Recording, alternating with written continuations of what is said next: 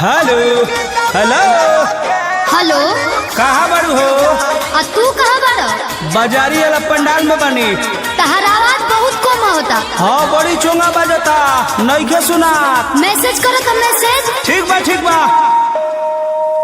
जय माता दी जय जय हो जय माता दी जय माता दी जय जय हो जय माता दी।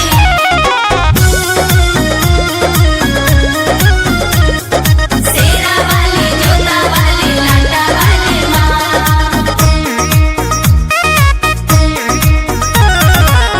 नवमी नवरात के तो मेला में हो, कहा करे यही लोग अकेला में हो।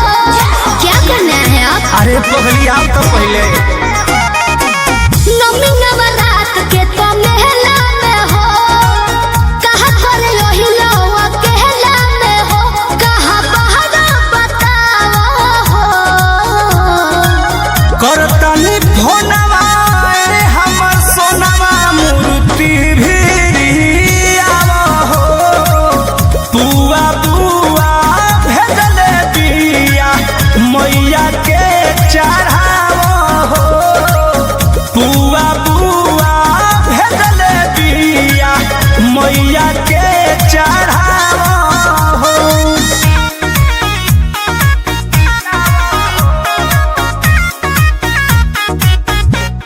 जय माँ जय माँ जय माँ जय माँ जय माँ जय माँ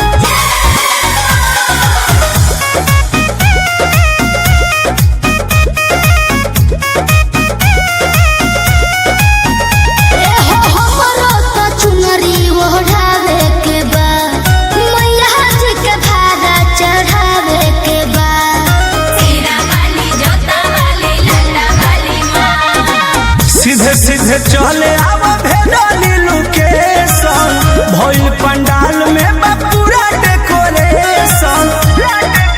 हे तोले बन फूल मंगावा हो। करतनी फोनवा ए हमर सोनवा मूर्ति भिरियावा हो। बुआ बुआ भेजले बिया मैया के चढ़ावा हो।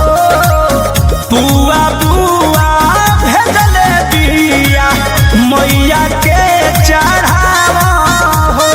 जय माता दी जय जय हो जय माता दी जय माता दी जय जय हो जय माता दी। Music by Arya Sharma.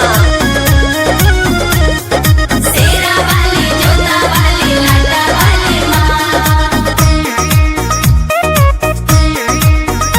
ए हो आवे से पहिले बतहिलो ना, कृष्णा बेदर दी परमोध के लहिलो ना।